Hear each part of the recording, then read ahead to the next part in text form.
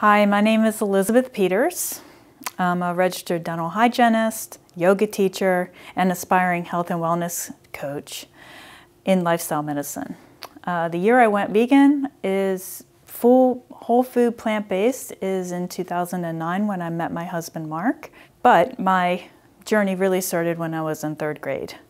And it started in third grade because at that time in my life, we were living on a farm in rural Lancaster County, Pennsylvania, and our family raised veal calves. And during that time of experiencing the baby calves coming to the veal farm, coming to the barn in their infancy, and being put into their small little crates, one by one, all next to each other, I knew something was fundamentally wrong with this. And so that started my journey, but of course, being in third grade, I didn't have a lot of choice. And it wasn't really until I was 17 when I started to protest more about food choices because I was just seeing so many people in my life suffer from chronic disease. My passion is prevention, and this passion comes from losing people that I love and loved to chronic disease. So as a clinician and a promoter of health, that thus started my journey into a whole food plant-based diet and aspirations to educate and prevent people from suffering. For people out there that might not know what a veal crate is or a veal farm is, can you elaborate on that a little bit? Yes.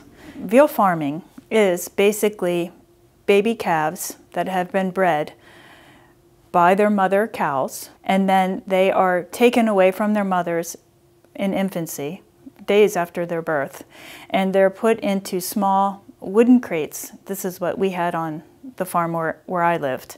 Small wooden crates. They're a chain around their neck, and there's a feeding bowl in front of them where they're fed iron-deficient milk. And the reason that they come to this type of farm is to raise them, I believe, to 6 to 9 months, and to create iron-deficient flesh, which people consume as a delicacy called veal.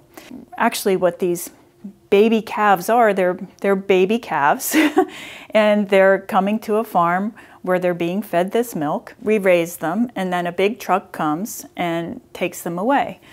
The issue with this is that they're in a enclosed barn with no windows, and it's ventilated.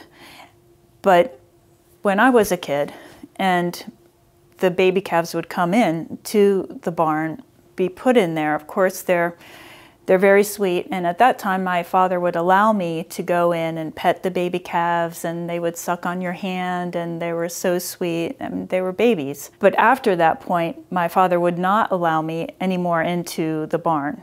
After what point? After their initial entry into the barn, we could see them as babies. We all, as kids, wanted to see them as babies, and then my father would say, no, no more into the barn, except for my older siblings, which would be helping my father with the milking of them, the feeding of them. The issue is that it's an enclosed environment with about 300 baby calves, each in these small little stalls. This is how the barn was set up. And then in the middle of the barn is a huge milk mixer. And before my dad was a grower, is what they would, in the industry, they would call him a veal grower, baby calf raiser, basically. He was in sales. He used to work for a company that sold veal iron-deficient milk to the veal growers. So he would put the feed mix into this big mixing machine, and then they would mix up the milk, and that's what they would feed the baby calves, I believe 3 times a day, if I remember correctly. When I was a kid, I know that I never saw my dad during those years. He just wasn't around. He was constantly down in the barn. But if you went into the barn, what you would experience is an awful stench of ammonia from the urine, the feces. He had a pressure washer that he was constantly cleaning out the barn. And oftentimes when I would walk on the farm, which I was kind of a loner on the farm, I was always wandering around. Sometimes I would see baby calves that had passed, and they would be piled up in the back of the barn. And I remember that my dad would say, well, he was afraid that PETA would come and film him. And so I know that he had some consciousness of concern that I don't think he really enjoyed the whole experience of it. He was in animal husbandry, and I think he wanted to have an idyllic farm, but what he ended up with was more like a nightmare. And unfortunately, well, maybe fortunately for the baby calves, but unfortunately for our family situation, that farm went bankrupt. And so that was a pretty traumatic time in our lives as a family that my family was trying to provide for us. My dad was trying to provide for us and do what he thought was right. But I think he suffered a lot as a result of that. And obviously the animals, the sentient beings that they are, suffered greatly, because when the truck would come back to the farm to pick up the calves, they had grown quite a bit, but they were lame. They hadn't walked for any of that time. They had been for 9 months just standing in a little stall and chained by the neck in that environment. They could barely even lay down in their own stall. So when I think back to that time and I think about how horrible we treated those poor animals, no animal should have to suffer that. We wouldn't ever do that to our dogs or to our cats or to our domestic animals. And how could we possibly do that to a little baby calf, you know, taken away from its mother at birth? It's just, that's what fuels the dairy industry. Dairy comes from the mother cows. They get very upset to lose their babies. They obviously have that trauma going on inside of them, and then the babies, they're babies. they don't know what's going on. But that's why I had the inkling in 3rd grade that there's something fundamentally wrong here. These idyllic pastures of farm barns and, you know, animals grazing out in the fields, it's not like that. It's not like that at all. And this still goes on today. It happens in most of the contained animal feeding operations that are all across our country. And it's not right. It's morally unethical.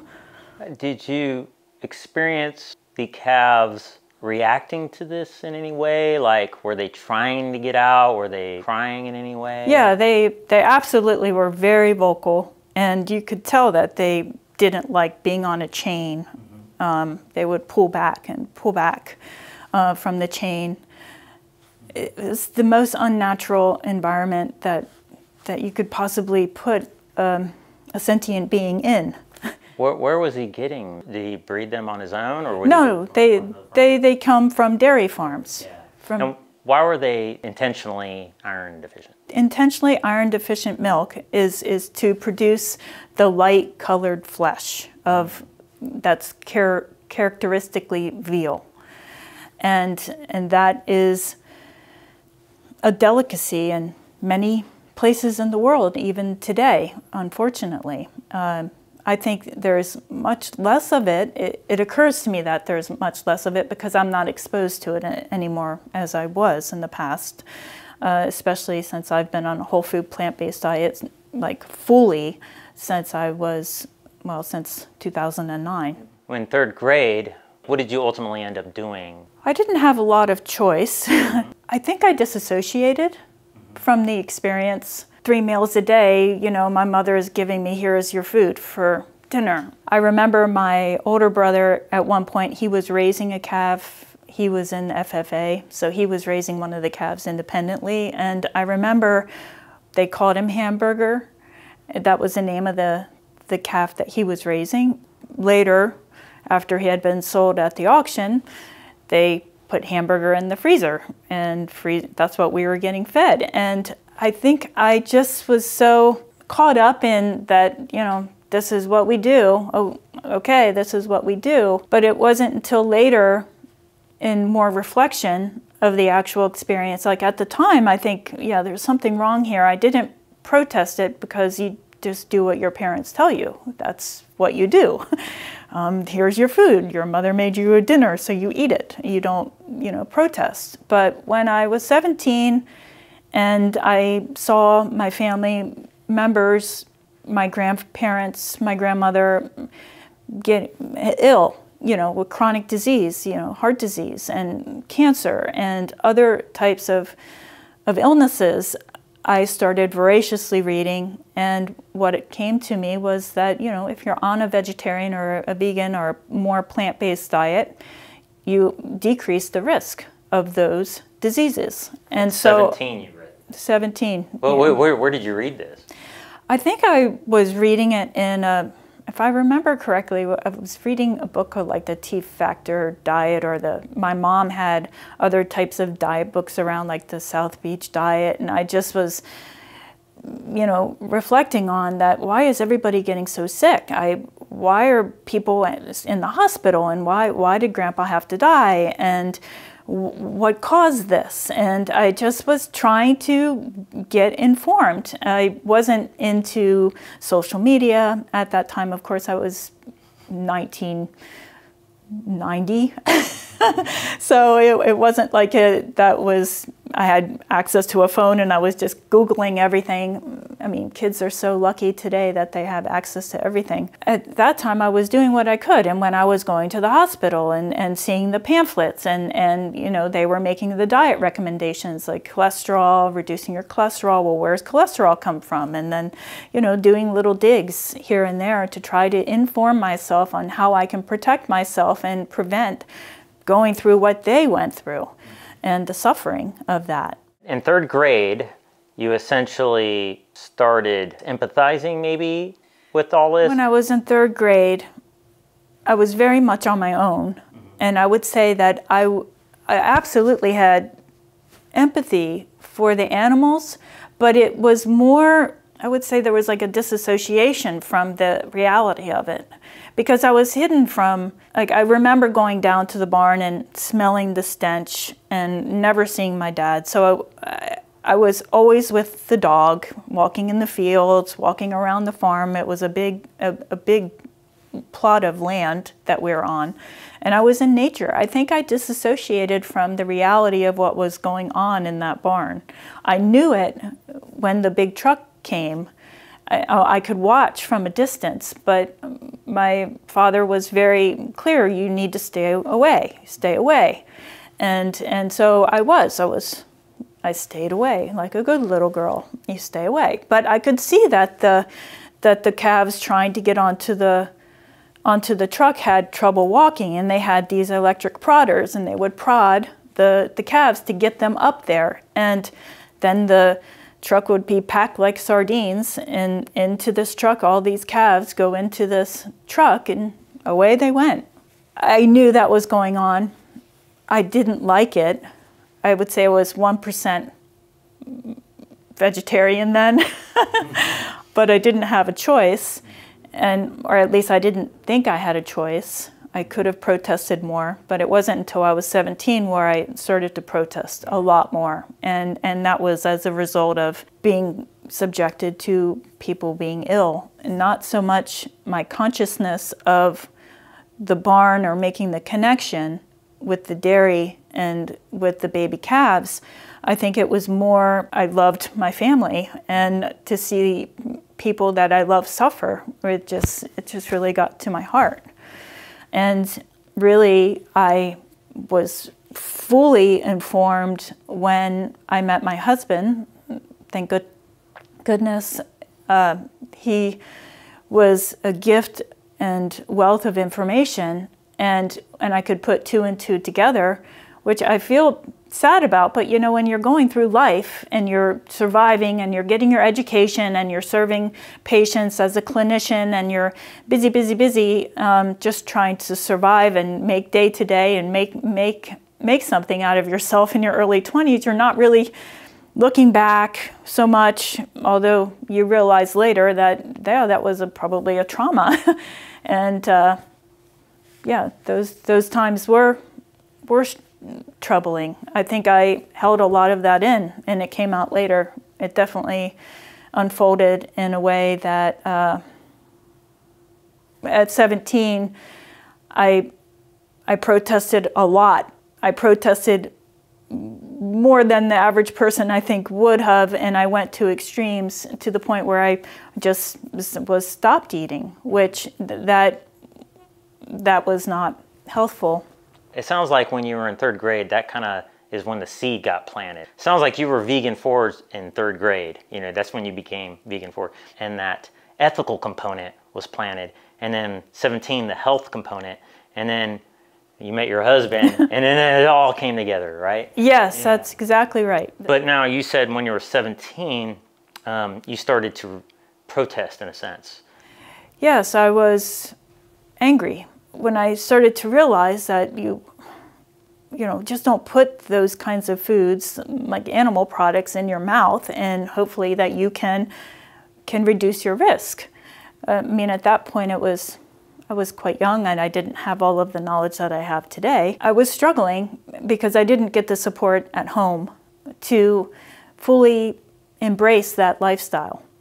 And so I was more extreme, and I unfortunately kind of struggled with some eating disorder issues for several years following that, because I didn't get the support I needed at home to follow that type of lifestyle, and then I didn't really get the support I needed within the eating disorder community with therapists and other support group help to live that life. I mean, the labels came out that, oh, you have disordered eating. But no, ethically, I knew in my heart that, one, that's wrong. Two, I don't want to increase my risk of disease, and maybe they would label me at that point anorexic and orthorexia. They have a lot of labels through the DSM, but fundamentally, I knew that even though they were pushing, oh, everything in moderation, well, later I learned through reading The Pleasure Trap and through learning about these highly processed foods on my brain really wasn't optimal for somebody that was struggling with those types of issues, including bulimia. So I struggled horribly in my early 20s, unfortunately, you know, kind of developmental times of my life. But I knew that I was on a right path, and I came through that, and I was able to recover. And the more whole food plants that I ate, the more calm and stable brain I had. And so that was the key for me. And then, of course, once I met my husband, it was a no-brainer. I mean, all of the science showed up, like all of the resources showed up, all of the plant-based dietitians showed up, and I had a wealth of information and support, and I could follow a whole food plant-based diet that was optimal and health promoting, and not be labeled as there's something wrong with me, because there was nothing. Yes, I did struggle. I had some times of my life I struggled with myself and my eating, but I learned later that those were just symptoms of other things that I hadn't processed in my earlier years. Yeah, symptoms maybe of you dealing with a culture that you're trying to, I guess, get out of, in a sense, you know?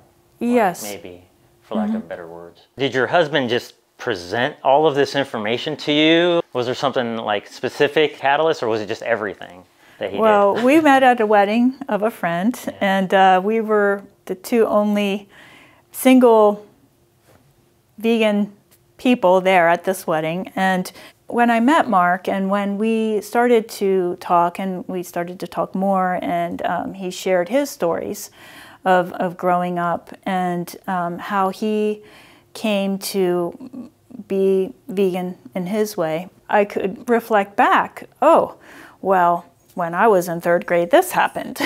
Or when I saw this when I was a kid. And then I learned about this when my grandfather got sick with cardiovascular disease or cardio problems, basically, that ran somewhat rampant, unfortunately, in my family history. It just started to unfold, and he was a lot more active in the plant-based movement. He had more resources that I didn't even know existed. He had been active contributor to animal rights types of organizations, and he just had this wonderful wealth of information, and he just was sharing. He's a very sharing person. He shares information to help people and to help people grow and to see the light. And it's one of the things I really love about him is that he's very much wanting to share and to make a difference, and that's kind of why I think we just kind of went on this beautiful path together, and since then we've been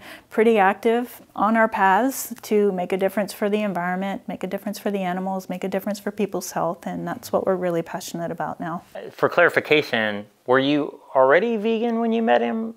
I was pretty much vegan. I mean, I was not having any meat at all, and I had decreased my amount of dairy to like this.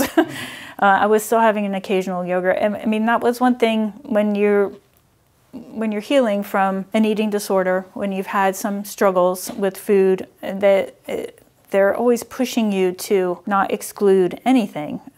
Don't exclude, just have some bits. So I still was getting messages like, oh, I guess I should do that for calcium, but I didn't realize at that point I didn't have the education and the resources to know, no, I can get my calcium from greens, and I can get my calcium in other ways, and fortified types of plant-based milks. And plus, in the 1990s, when I was struggling with this, there really weren't as many resources as there are today. Today, there's just a ton of options. I mean, there's no reason why everybody can't make different choices. And those choices do have implications. They have implications for health. They have implications for the animals. They have implications for the planet. And so it's the right thing to do. And once you know, then you can make an informed choice. But you don't know what you don't know. But once you know, then you're informed and you can make choices that are health promoting. So yeah, everybody knew me at the wedding as being, oh yeah, she's the vegan girl. Oh, you should definitely meet the vegan guy. And there we were. What about family? Like, do you have any other family members that are catching on to this? And how do you deal with them maybe during the holidays and stuff like that? It's a problem. It's a struggle. But I do have to say that I went through the British Society of Lifestyle Medicine, and I got my Diplomat Lifestyle Medicine certification. And during that time, I needed somebody to work with, and my mom volunteered to work with me as a case study. And so I coached her for 3 months, and she transitioned after sharing a lot of information with her and inviting her to the VegMed conference in London. We together went, and she transitioned very quickly after that conference.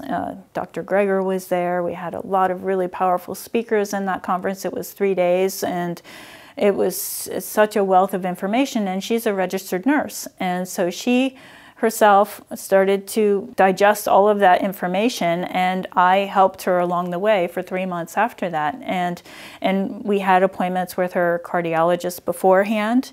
I said, Mom, you have to get your blood work done. We have to see where everything is. I need to know your medications. And so since I'm an allied health professional, I'm not a doctor, I needed the support of a cardiologist to do this. And after 3 months, we did it again, and the results were remarkable. I mean, she was able to decrease several of her medications, even go off some of them.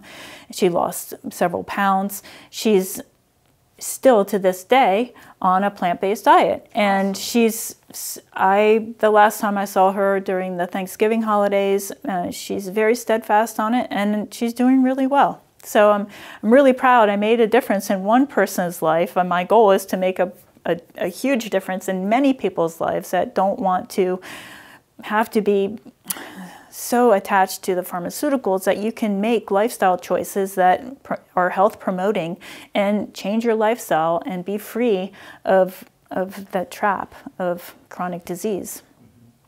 At least decrease your risk. There's information out there from dentists that show that it's actually beneficial to be plant-based for your teeth as well. Is that true? Yes, the natural mastication motion of chewing, when you chew something like an apple, it displays the food away from the teeth.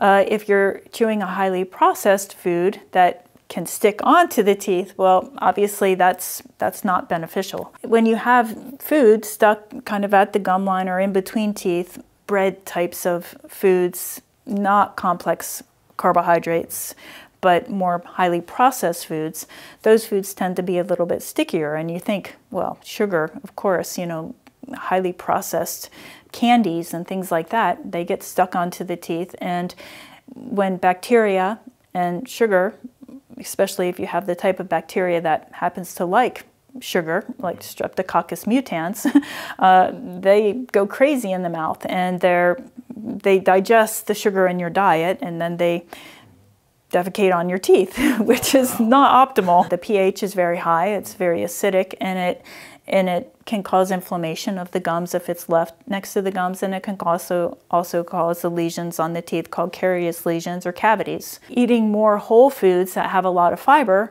are definitely a lot better for the teeth than highly processed carbohydrates that are not good for the teeth and for the mouth. Is there anything about the anatomy of our teeth that makes you believe that we're genetically designed to eat plants more than animals, or our jaw or the structure there? Some people are saying we're not designed properly to eat plants. I disagree with that. Actually, you know, our incisors are to cut, our central incisors, our canines are to puncture, and our molars and premolars are to grind. And so all of this together makes us perfect omnivores to eat anything, really. But because of our digestive tract being so long, I think it's more optimal that we are herbivores. Carnivores have much shorter digestive tracts, and that's to get rid of the animal products in a pretty fast motion. But the herbivores have long digestive tract. Yeah, I mean, if you think about gorillas. Or bonobos. Or... all of the primates, some have canines, but I think they're not monodonts like sharks, or monodonts. All of their teeth are shaped the same way. For our dentition, the way our dentition is created, we're perfectly set up to be herbivores. Not that our teeth are flat, but that we have the proper teeth for cutting, puncture, and grinding. So it's no reason why when you say we puncture, need with our canines. You mean like puncture fruit or something?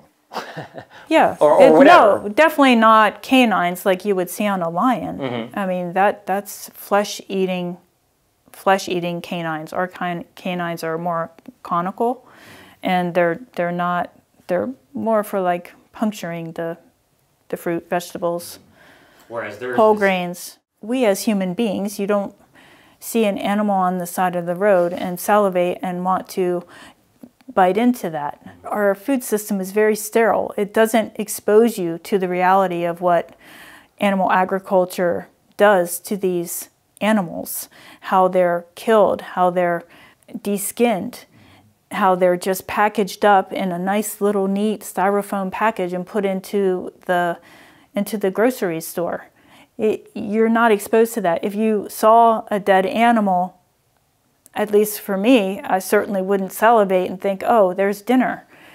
The mindset, we are advanced complex brains. We have advanced complex digestive systems, and our bodies are this amazing healing force of nature. And there's just the whole mindset of eating animals is, if people really knew, if they would allow themselves to take their blinders off and to see the reality of what goes into creating that food source, I think most people would not want to participate in that.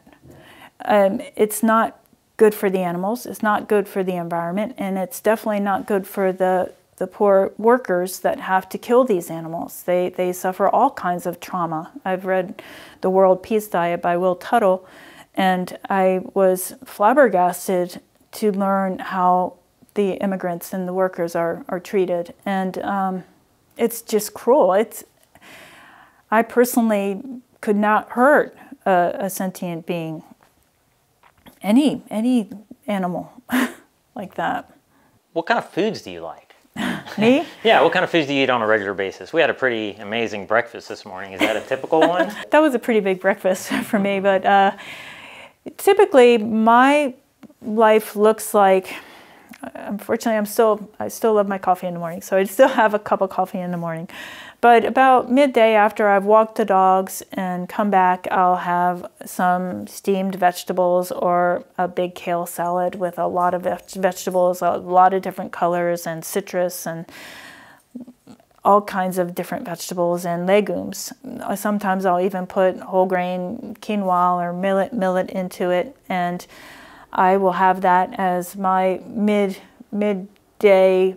maybe brunch type of meal. That'll keep me going for many hours, at least 3, maybe 4 hours. Then I'll have another meal at that point, and it usually incorporates whole grains, legumes, a lot of steamed vegetables, steamed mixed vegetables, sometimes nuts and seeds, and then a fruit for dessert. Later on, maybe around before 7, if I'm still hungry after I've walked the dogs and done my studies and things like that, I'll have a small snack in the evening time. I really love tempeh. Tempeh is one of my favorite foods, and I kind of like it this weird way. I get these little seedy crackers from Trader Joe's that are just basically flax seeds, and I'll put the tempeh on it, and I'll put a little bit of mustard with a pickle on top, and it's like a little tempeh sandwich, which is kind of crazy, but that's kind of a snack I like. And I love hummus and vegetables, and I very much eat very clean sweet potatoes. I love sweet potatoes and corn and starches, and I just feel so energized when I am subjected to eating, foods that are a little heavy. If I go out to eat, I can feel it in my body really quickly. I think a lot of that has to do with just being very in tune with my body. From doing yoga for many years, a yoga practitioner since early 2000, and then eventually a teacher, but I can just feel that it feels heavy. My body doesn't feel its best if I don't stay on track, and I try to stay on track at all times, but I'm human, and When you went from vegan forward to going completely vegan, did you notice anything physiologically, mentally, or emotionally that changed? Absolutely. Being kind of vegan forward, kind of aware in a process, it was a process, to being strictly whole foods, plant-based, I noticed that my body felt lighter. I just felt lighter. I mentally and physically lighter. I've heard that before. People use that. Yeah. It's hard to explain, but you feel like you're living in alignment with your morals and your values 100%, and you ethically are on the right track for yourself and what works for you, and the burden on your shoulders is lifted. You're not touching into that other world that really is not okay with you. You're living fully according to your values, and I think that in itself was extraordinary, but also my calm and stable brain from having the high fiber foods, the nutrient dense foods. I know I'm doing what's right for my body, and it's freedom. It's a wonderful feeling, and I feel like you don't know what's going to happen. like we talked about earlier, genetics loads the gun, but diet and lifestyle pull the trigger. I'm doing what I need to do to take care of myself so I can serve and be of service to other people and make a difference and hopefully save somebody's life and, you know, contribute to that some way, somehow. Do you think you eat within a certain time frame during the day, like a 8-hour window, 6-hour window, maybe kind of in an intermittent fasting type style? Yeah, I think I do. I do, actually. I try to have my first meal of the day is usually around 10-ish, or maybe a little bit later than that, and then I try not to eat after 7. I mean, that's typically how it goes. What do you think is the biggest reason you didn't go vegan sooner? I didn't have the resources. I didn't have the information. I didn't know. I didn't know what I didn't know. I certainly didn't have people going out of their way to share this with me or tell me or educate me. I mean, I feel that I should have had those choices brought to me when I was 25 and still, you know, teetering with some and struggling with some issues. I should have had every resource available to me to heal myself. And I don't know if it was because they didn't have the resources, they didn't know what they didn't know and they weren't sharing it, or if they were purposely withholding going away from the standard American diet. It just wasn't available. And you know, since I was curious at 17, in hindsight, you know, hindsight's 20/20, I feel like I should have been doing more action. I should have been researching myself, but I was trying to get through dental hygiene school, and I was busy living my, you know, try to pay my car payment and pay my rent and things like that. So I just wasn't as focused, but I was really relying on the professionals to be able to give me the resources that I needed. And so I think that's a real missing, and I think that probably still continues in that culture of the eating disorder professionals. I think that it's easy that from their training, they are the professionals, they are the ones that they have a tremendous amount of knowledge and compassion and empathy, and I know that their hearts are in the right place to make a difference, but I think they have to look a little bit broader to be able to give people that have trauma from their childhood, seeing those types of conditions for those poor animals, they have to be able to be open. And I would like to see that there's more freedom around that. Like, don't be so scared of people going on a plant-based diet. There's no reason why. There's no deficiency. You can have the abundance. I mean, even the National Academy of Dietetics says that you can have a normal, healthy lifestyle and even be able to support a pregnancy with a vegetarian, vegan diet. So there's no reason why in the eating disorder community why they can't support people who are trying to live that way and live healthfully that way, that they can succeed. It sounds like because you were vegan forward, progressively moving in this direction, probably didn't have any transitional issues going straight into veganism. I didn't have any transitional issues, but I know that some people do, because you don't have the gut microbiome to be able to.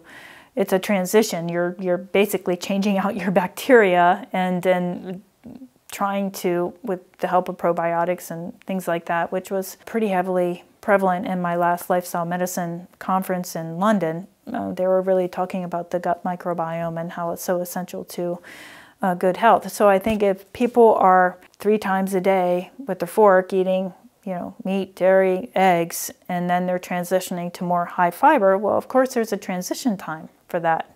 You have to give yourself some grace and allow your body to eat those highly fibered foods and to slowly gain the microflora that you need to be able to transition and digest those foods easily. It could be a process, but I think that most people do so within a period of time, and it's really essential that you really rinse, if you're eating a lot of beans, that you really rinse and rinse and rinse the beans off because of the oligosaccharides that are on the beans. You know, if you're eating a can of beans, BPA free of course, you should really rinse the beans because you rinse off the starches and stuff like that. If somebody's going into this Is there any suggestions like maybe eating a spoonful of beans one day and then 2 spoons the next day and just systematically increasing that? So if I remember correctly from the Center from Nutrition Studies and from my readings with Brenda Davis, the comprehensive Becoming Vegan book, that the more that you rinse the beans, the better. And yes, if it's just a process of you only having a few tablespoons once a day and then increasing as you go, that will help your body adjust. What about sprouting? I mean, people could do that too, right? Yeah, so a lot of people sprout, and sprouts are great. I don't have the patience for sprouts, and I'm kind of not home so frequently to be able to be rinsing them 2 or 3 times a day. So right now I'm not myself sprouting, but I think it's a good idea because that definitely does help with the digestive process of the... I wanted to bring that up because some people think, well, if it's healthy, why do you got to rinse it so much? You know? Maybe if they understood that, well, it's because we're taking a bit of a shortcut, you know, instead of going through the process of sprouting, right, and fermenting and stuff like that. Exactly. It just helps with the process altogether. It's funny, people that are on an animal-based diet, I think about them touching the flesh of the animal and the bacteria that's on the flesh, and then touching their knife to cut the flesh, and then touching their faucet to turn off the water or turn on the water, and then just the whole bacteria, some of this very virulent bacteria that can cause Salmonella and E. coli, getting all over their surfaces.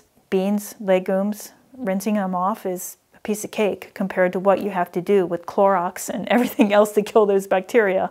And then even then, sometimes it doesn't kill all those bacteria. I don't want that in my house. I wish we had a grocery store we could get to where we weren't exposed to that, you know. I know, me too. Maybe that'll... There's a new one, there's one, I think maybe like the first one of its kind in Chicago. Oh, really? Yeah, I'm excited Well, to get I believe in Berlin there's a store called Vegan's that's completely vegan. It's a grocery store. Why do you think some people fail? I don't think they get the support that they need, or they are not exposing themselves to the support that's out there. And I think that's when you're vegan forward or you're transitioning. I think it's really important to have the social support that you need and the community. And you can build the community. I mean, there's all kinds of meetup groups. There's all kinds of Facebook groups. You have to put yourself out there. But I think some people are introverted and then they don't. But if you listen to audiobooks, you listen to podcasts, you get some books and you read some books, that helps you stay on the path. I think oftentimes when I'm, you know, over the years of just the busyness of life, I have to remind myself. I'll put on a DVD or I'll put on a good audiobook that I read years ago, like, you know, Reverse and Prevent Heart Disease or something like that, just to keep myself really present to how I want to be. We as human beings, we're kind of automatic. And so I think we have to always presence ourselves to what's important to us and keep that in a conversation. It's really important. When I inquired earlier about why you didn't go vegan sooner, you said you weren't presented with the information and you kind of wish somebody would have done that. Some people feel like you shouldn't present the information because everybody kind of to each his own. They have a right to choose whatever they want, and they don't want people presenting this information because they feel like we're being too pushy. But in my experience, somebody being very blunt and being very real, whether I was ready for it or not, was very advantageous for me to think about all these things. Do you feel like it's important for us to present this information to people, whether they want to hear it or not? Because we don't really know if they want to hear it or not.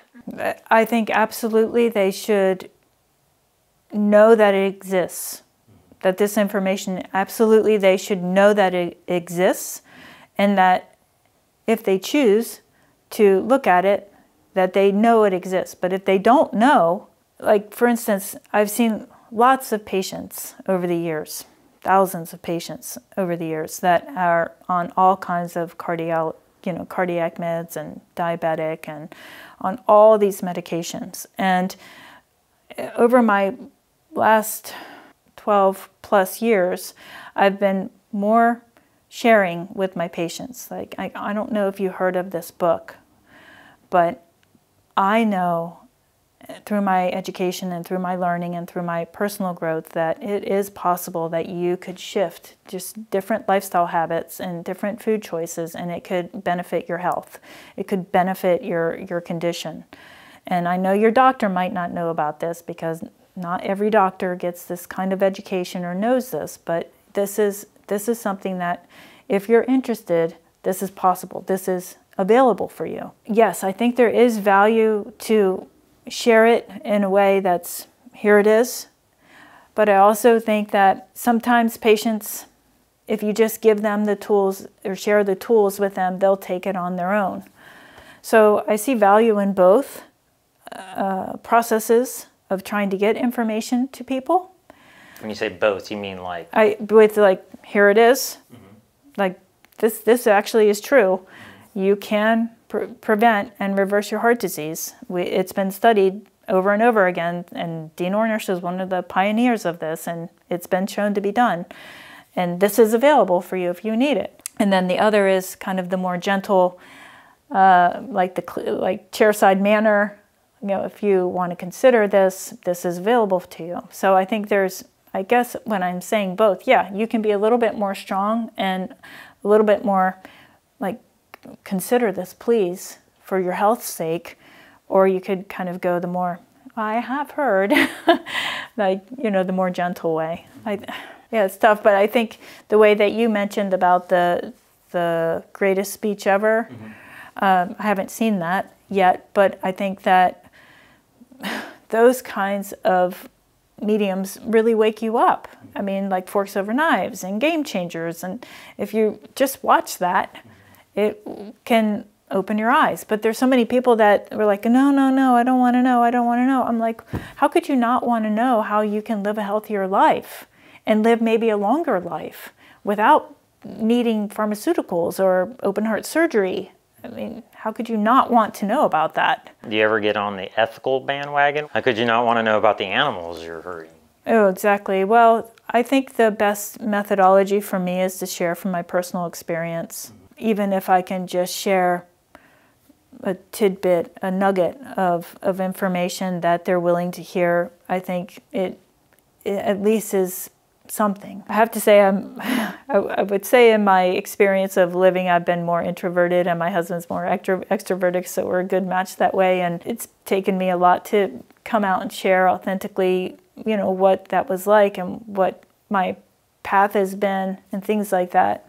So it's been a process, but I'm definitely a lot more secure and confident in my stand that absolutely, with the knowledge that I've been given, the knowledge that I've searched for, and the information that I have, it's a no-brainer. You need to consider these options, and I can feel a little bit more secure in sharing that information because it's evidence-based. I've got more fuel for my fire. I think when you're kind of in a process, you're maybe not feeling as secure in your information. You just always want to have the information securely. Like, this is the science. Take it. I wonder if you have any suggestions for somebody who's trying this and they're on the fence and they're about to quit. Like, they're about, this isn't going to work for me. Is there any tips we could give somebody that before they actually throw in the towel on this? Because like when I listen to these people talking about it, it's like they've never been to a lifestyle medicine professional. They maybe were yo-yo dieting in all kinds of weird ways. And like you said, maybe they just don't have the support. So, you know, there's so many reasons why somebody may fail. Do you have any suggestions on something somebody could do before giving up? They could talk to me. And I think that it's really easy to give up and to go back to habits that are less than optimal. But I think you have to get out of your own way. I think we, as human beings, it's really easy for us to just go down that rabbit hole and go into what's reasonable and habit forming and very comfortable. When you are trying to heal your body, heal the world, prevent cruelty, promote your health, have a health-promoting lifestyle, sometimes you have to be a little unreasonable. And I think people sometimes are a little bit too quick to go back to what's familiar instead of being unreasonable with themselves to have an experience to get through that uncomfortable feeling. Yeah, it might be uncomfortable, but if you can just be with being uncomfortable, which I had to do many times in my youth, being uncomfortable with a feeling of fullness in my stomach, you know, from the fiber, and just be with the uncomfortableness, well, eventually that uncomfortableness will go away and you will process the fiber and you will go to the next moment and that feeling of fullness will go away, and you have to be comfortable with being uncomfortable. That's my advice. This is a transient discomfort, right? Yes, that's what I'm talking about. I'm talking from my previous history and in my youth, where when you go from not eating well or anything, when you're struggling with a eating disorder or something like that, when you're trying to transition into eating like a normal person, being able to be uncomfortable, you know, it's going to feel uncomfortable because you got yourself into this place where, you know, you felt like you had a full sense of control of a situation by not eating.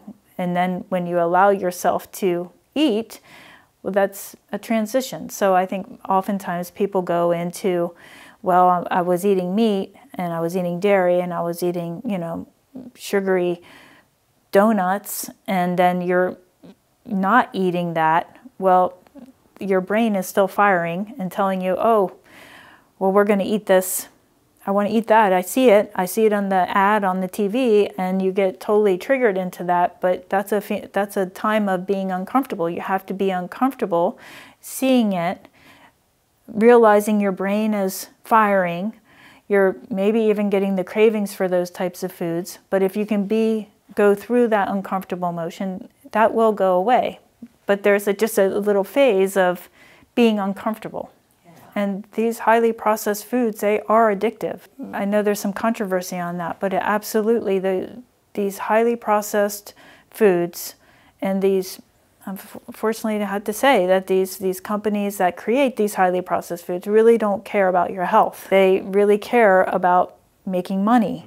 And so the impact of these highly processed foods on your brain, it's a transition. The best thing to do is abstinence. Just stop eating that stuff, because you will heal if you stop eating that stuff and stop triggering your brain. Yoga was a godsend for me in every way, because I practice Bikram yoga. I'm a Bikram yoga teacher, and that's in the hot room for 90 minutes. And if you can put yourself in a hot, 105-degree room with 40 to 50 degrees humidity, and put yourself in front of a mirror, and you're looking at yourself doing these asanas, and of course your mind is going 100 miles an hour with whatever you're dealing with, or criticizing yourself in the mirror, or just trying to stay present in that moving meditation.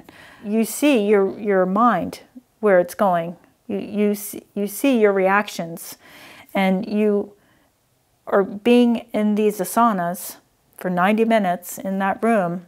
By the end of the class, you feel absolutely so peaceful, because you have gone through these asanas, you've stayed in with the room and with the heat, you've accomplished the postures, and you just feel very empowered when you're complete.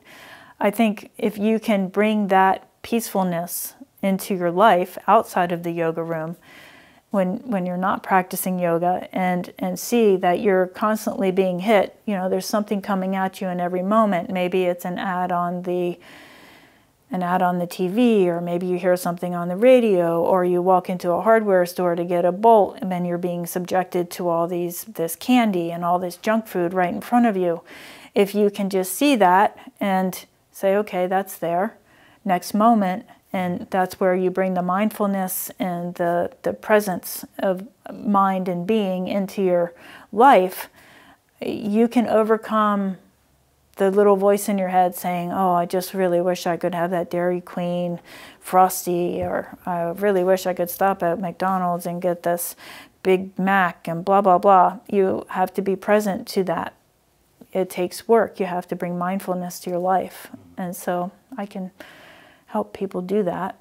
The psychological aspect is so overwhelming for a lot of people because, you know, not only are they subject to all that, and then they got family members, you know, on top of that, pushing it, and people criticizing you, and so like Joel Fuhrman says, you got to be almost a leader to do this.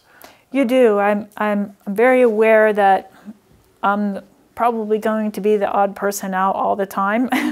And when you asked the question earlier, I don't know if I fully answered it, but being in, I call them food fests with family members that don't follow a fully plant-based way of eating, I find it is very challenging, but the way that I manage those types of engagements is to bring my own food, to share like, okay, we're having a potluck, I'm going to bring some different dishes and you're more than welcome to them. And usually when I do, everybody wants my food.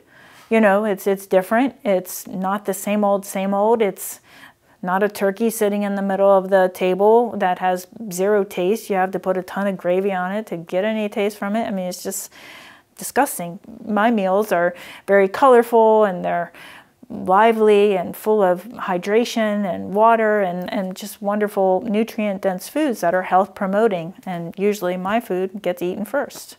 So. Yeah, I've heard other people. There was one guy, he was in the military for over 20 years.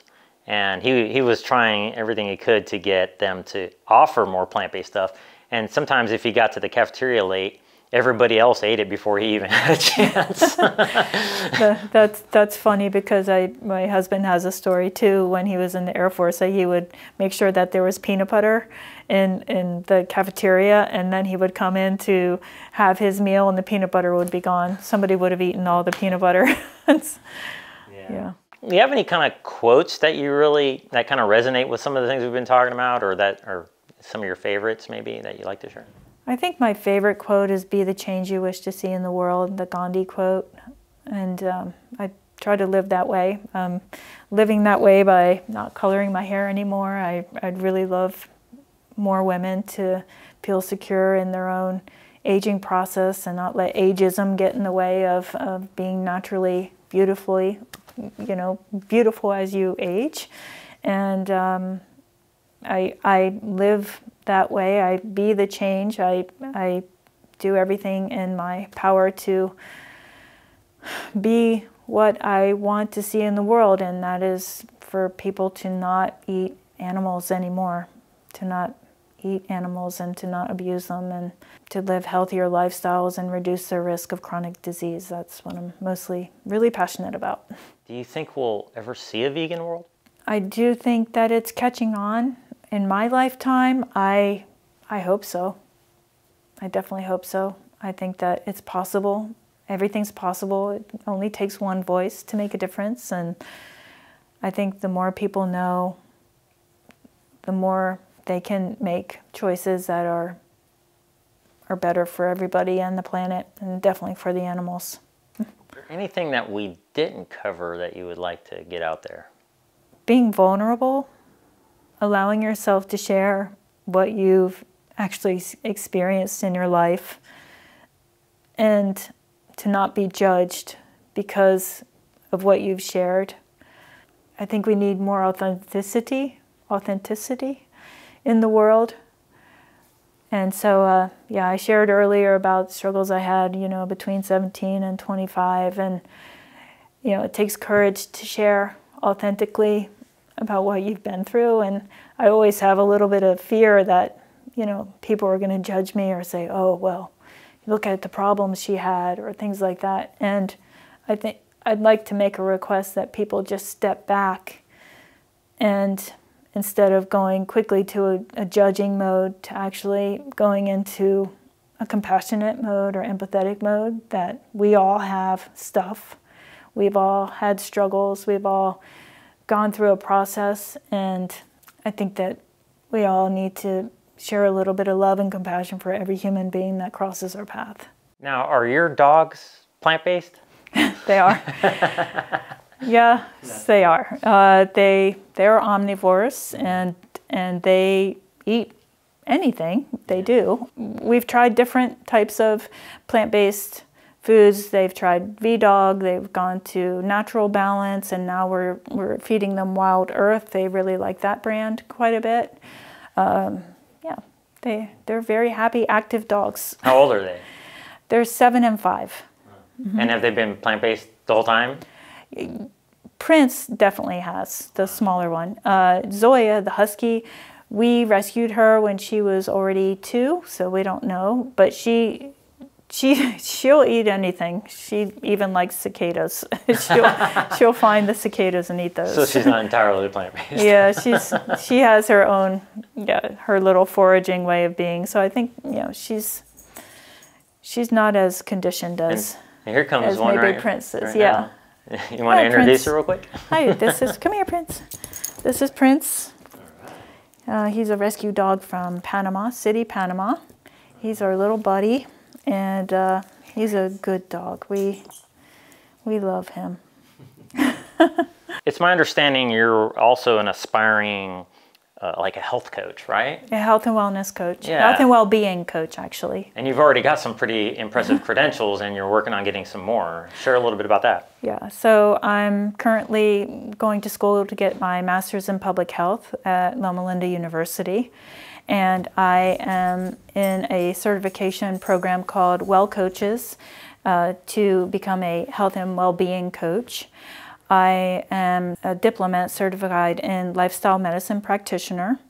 And what that is based on the 6 pillars of lifestyle medicine, which is nutrition, exercise, sleep hygiene, reduction of harmful substances like alcohol and tobacco, creating social connections, and positive psychology and well-being. Those 6 pillars just really spoke to me. I really loved that education. It gave me the basis of the population of people I'd really like to work with in helping people help themselves and to see what's possible for themselves and to transform their lives and the quality of their lives to hopefully live long, happy, healthy lives and not be dependent on pharmaceuticals, and just to have a more well-rounded health-promoting lifestyle. So my goal is to continue my education. I'll take the National Board exam in the spring, and I'll finish my master's in public health. I'm doing that kind of part-time, but I'm getting the tools to be able to create more effective programs and eventually my own health and wellness coaching practice. So I'd like to work with lifestyle medicine physicians and be a go-to person that they can rely on to deliver excellent support for their patients. Will people be able to go to you directly, or are you going to work with like a physician? They'll be able to come to me directly. Mm-hmm. It's a transition out of clinical dental hygiene, which I've been doing for 26 years. Being a clinician has been a wonderful experience for me. I've practiced in a few states, but even internationally in Switzerland, which is quite an honor. But I see that there's this passion inside of me that's been growing over my lifetime is something that I really want to expand on. And so once I have my health and wellness coaching practice going, I want to be accessible to everyone that wants my services. And so they'll be able to reach me via my website and via my email. What would be a program like that? What would somebody get out of coming to you? We'd initially go through the initial assessment. It would be, they would fill out a medical history and what they would like to accomplish in the health and wellness coaching. And then we would set up a time and we would have an initial 2-hour conversation about what they filled out. And then every week we would have, after that, we would have a half-hour to 45-minute appointment together, and we would create goals and specific measurable results to meet those goals, and actions and supportive actions that they actually would be the ones generating what they wanted to work on. In the health and well-being coaching standpoint, you're not being the expert. You're letting the client guide what they want for themselves in their lives. And I'm being the supporter to help them achieve their goals. And so it's really beneficial, because when human beings want to change aspects of their lives, if they are the ones that are the source of the desire, not me pushing them or saying, you need to do this, you need to do that. They are the ones that actually are more apt to change their behavior. That's basically what it would look like. And then after 3 months, we reevaluate what would be a next goal that they want to accomplish or they want to achieve. And then we would do the same thing. Every week we would have an appointment for a half hour to 45 minutes, and then we would go through my methodology of helping them create that change in their lives. I also see that I can provide some expert services because I do have a certification in nutrition studies with the T. Colin Campbell Foundation, and also I have a yoga teacher, and so I can provide expert services as well. So I think with the health and well-being coaching and with the expert services I can provide, although that would be a different entity in the incubator of my services, I hope to make a difference in people's lives. The kind of person that might benefit the most from your program, what might they look like? Patients that have been recently diagnosed or struggling with a chronic condition that have been referred to a lifestyle medicine physician, and the lifestyle medicine physician has given them and supported them with the initial outlook of what it would look like to change their lives, and I would be a supportive liaison in causing that. I also see that I can give education talks. I can educate the public in the community and beyond, and be a resource for people from the expert standpoint of here are the tools that I have to share, and then clinicians and therapists and other medical professionals could refer their patients to me, and I would help them to transition their lives into more healthful living based on the lifestyle medicine pillars.